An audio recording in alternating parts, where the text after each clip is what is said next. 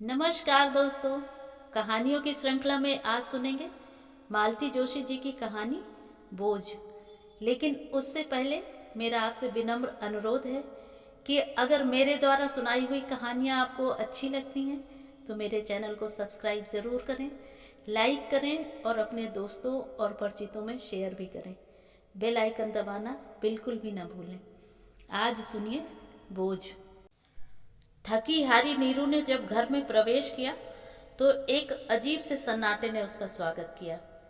बाबूजी अभी लौटे नहीं थे, पर शेष सभी लोग घर में थे, यहाँ तक कि चुन्नू मुन्नू भी। फिर भी इतनी शांति, उसे आश्चर्य हुआ।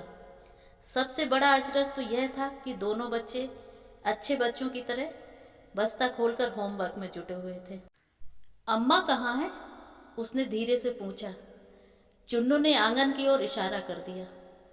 नीरू ने खिड़की से झांक कर देखा। आंचल से सिर मुंह ढांपे हुए अम्मा झलंगी खटिया पर लेटी हुई थी। वे सो रही थी या जाग रही थी, यह जानने का कोई उपाय नहीं था। मतलब एकदम साफ था, अम्मा का मूड आज फिर उखड़ा हुआ है।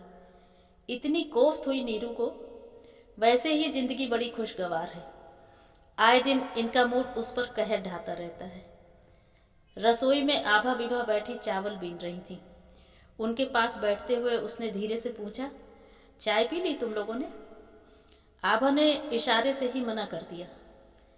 नीरू का मन हुआ स्टोव जलाकर खुद ही सबके लिए बना ले, पर डर लगा अम्मा पिएंगी भी नहीं और बकना शुरू कर देंगी कि कोई मरे या जिए इन्हें क्या, इन्हें तो बस दोनों वक्त निगलने के लिए चाहिए।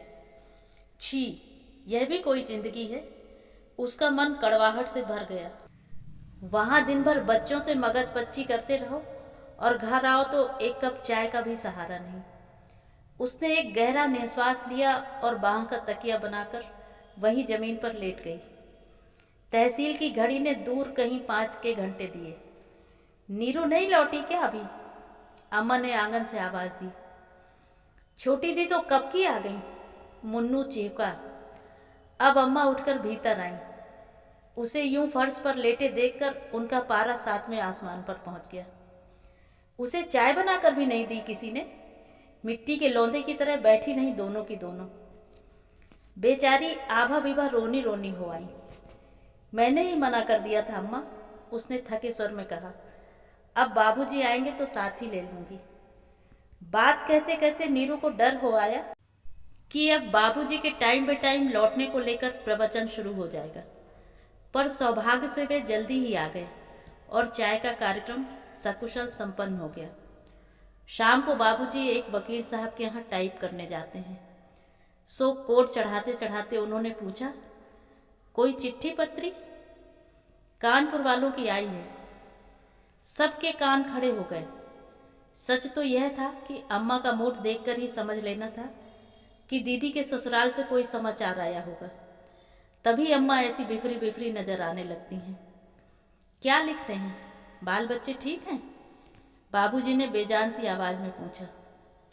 जगदीश शादी कर रहे हैं, 20 मई की साइट निकली है। नीरू को लगा उसके कानों में किसी ने गरम तेल उड़ेल दिया हो। वह अधिक न सुन सकी और आंगन में खटिया पर आकर गुमसुम बैठ रही। उसे अब अम्मा पर गुस्सा नहीं बल्कि दया आ रही थी। आंखों के सामने दीदी का गुलाब के फूल सा चेहरा तैर गया। गुलाब जो धीरे धीरे मुरझाता सूखता ही चला गया। 7 साल में 3 बच्चे और हर बच्चे के बाद दीदी जैसे मृत्यु के करीब होती चली गई। अम्मा कहती हैं वहां ढंग से देखभाल नहीं हुई होगी, नहीं तो बच्चे क्या किसी के होते नहीं। शादी के बाद से ही वे लोग नाराज रहे आए हैं, इसलिए दीदी बेचारी बुझी बुझी सी ही रही हमेशा। मुंह खोलकर कभी कुछ कहा नहीं, मांगा नहीं। तभी तो दीदी की मृत्यु के बाद वहां से लौटते हुए अम्मा बाबूजी छोटे वाले दोनों बच्चों को साथ ले आए थे। उन लोगों ने भी खुशी खुशी भेज दिया था। नीरू और अम्मा दिन रात उन्हें चिपकाए रहती। पर 2 महीने होते होते ही लगा कि यह ममता उन पर भार बनती जा रही है। चुन्नू मुन्नू को छटाक आज छटाक दूध मिलता था, वह भी बंद हो गया था। घर में 2-2 दिन तक सब्जी नहीं आ पाती थी। बच्चों के लिए कपड़े बनना मुश्किल हो गया था। सारा बजट दोनों नवासों के दूध और दवाइयों पर ही खर्च हो जाता था। टॉफ़ी और बिस्कुटों का खर्च था सो अलग। उन्हीं दिनों बाबूजी ने वकील साहब के यहाँ काम स्वीकार कर लिया था, पर स्थिति किसी तरह संभल नहीं सकी। तब 4-5 महीने की अग्नि परीक्षा के बाद बाबूजी बच्चों को छोड़ आने पर विवश हो गए थे। दीदी की सास ने तब इतनी कटीली बातें सुनाई थी कि बस। बच्चों के कारण नीरू को भी साथ जाना पड़ा था। बाबूजी के अपमान का कड़वा घूंट वह बड़ी मुश्किल से पचा पाई थी, पर सबसे ज़्यादा अपमानित तो वह तब हुई थी जब जीजा जी की बुआ ने उसके लिए हल्के से इशारा किया था। उसका जी चाहा कि उन्हें खूब आड़े हाथों ले, पर उसे मुंह खोलने की ज़रूरत ही नहीं पड़ी। बाबूजी ने खुद ही उन्हें टका सा जवाब दे दिया, एक ही लड़की देकर भर पाए हैं बहन जी, दूसरी बार वही गलती नहीं करेंगे। लौटते हुए सारे रास्ते नीरू की आंखों के सामने जीजा जी की भूखी निगाहें घूमती रहीं। उनका बात बात पर पीठ पर धौल जमाना, चोटी खींचना और चिकोटी काटना याद आता रहा, और उसका मन कैसा तो होने लगा। कभी वह उनकी बहुत भक्त थी और वे उसके प्रशंसक थे। हमेशा कहते, यार नीरू, जरा अपनी दीदी को भी अपनी तरह स्मार्ट रहना सिखाओ। तब वह इस प्रशंसा से फूल उठती थी। सच तो था, सिर्फ 3 साल बड़ी दीदी उससे एकदम 10 साल बड़ी दिखाई देने लगी थी, और यह अंतर हर साल बढ़ता ही जा रहा था। अब इन सारी बातों को याद करना भी कितना कुत्सित लग रहा था। रात जब सारे बच्चे सो रहे थे, तब भी नीरू छत की कड़ियां गिनते हुए बिस्तर में चुपचाप पड़ी हुई थी। रोज की तरह बाबूजी रात करके लौटे थे और अम्मा उन्हें खाना दे रही थी। साथ ही साथ उनका बकना झकना भी जारी था, और न चाहते हुए भी नीरू के कानों तक सारी बातें पहुंच रही थीं। इन लोगों को शर्म भी ना आई होगी, इतनी इतनी तारीफ लिख भेजी है लड़की की। बीए पास है, बैंक में नौकर है, बाप हेडमास्टर है, भाई इंजीनियर है। भला हमें यह सब सुनाने का मतलब? दरअसल हमें जलाने के लिए ही लिखा है सब, बाबूजी ने थके से स्वर में कहा। नीरू के लिए मना कर दिया था ना मैंने। कुछ देर शांति रही, फिर अम्मा की आवाज़ आई, नीरू के लिए पूछा था उन लोगों ने? हाँ। और तुमने मना कर दिया? हाँ। लेकिन मना क्यों कर दिया? अक्ल पे पत्थर पड़ गए थे तुम्हारे? कम से कम मुझसे पूछा तो होता। अम्मा का पारा फिर से चढ़ने लगा था। तुमसे क्या पूछना था? क्या तुम फिर उस नर्क में लड़की को झोंक देती? लोग भी तो, लोगों की बात अलग है। क्या अलग है?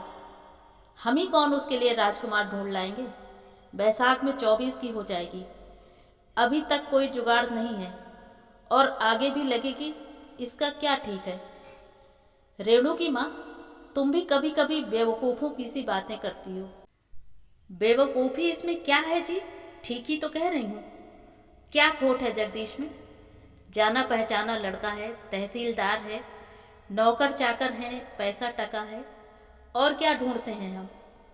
उम्र थोड़ी ज़्यादा है, पर अब सभी कुछ तो नहीं मिल सकता। मैं तो हैरान हूँ रेणु की माँ, तुम ही दिन रात उन लोगों को गालियाँ दिया करती हो, और अब? गालियाँ तो अब भी देती हूँ, पर कम से कम एक लड़की तो सुबीते से पार हो जाती। अम्मा का स्वर एकदम नीचे उतर आया था, इतना कि लगा कि रो ही देंगी अब। गर्मी के बावजूद नीरू ने लिहाफ सिर तक ओढ़ लिया और साड़ी का पल्लू मुंह में ठूंसकर सिसकने लगी। काश दीदी की जगह ईश्वर ने उसे ही उठा लिया होता। तो ये थी कहानी।